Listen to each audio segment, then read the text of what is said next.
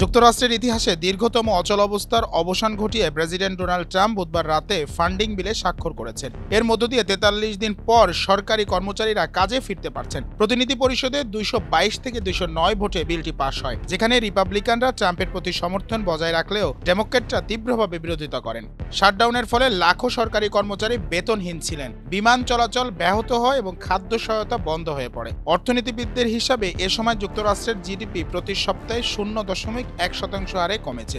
Trump বিল স্বাক্ষরের সময় বলেন, এভাবে কোনো দেশ চালানো যায় না, এটা আর কখনো ঘটতে দেওয়া যাবে না। অচলাবস্থা শেষ হয়, এখন প্রশাসনের স্বস্তি ফিরলেও স্বাস্থ্য বীমা ও সামাজিক সহায়তা নিয়ে অনিশ্চয়তা রয়ে গেছে। হোয়াইট হাউস জানিয়েছে কিছু অর্থনৈতিক পরিসংখ্যান হয়তো আর প্রকাশ করা সম্ভব হবে না। অর্থনীতিবিদরা মনে করছেন, দ্রুত অর্থনীতি ঘুরে দাঁড়াতে পারলেও রাজনৈতিক অচলাবস্থার ক্ষত সহজে সরানো সম্ভব নয়। এই শাটডাউন যুক্তরাষ্ট্রের প্রশাসনিক কাঠামোর দুর্বলতা ও রাজনৈতিক বিভাজনের প্রতিচ্ছবি হিসেবে ইতিহাসে থেকে যাবে।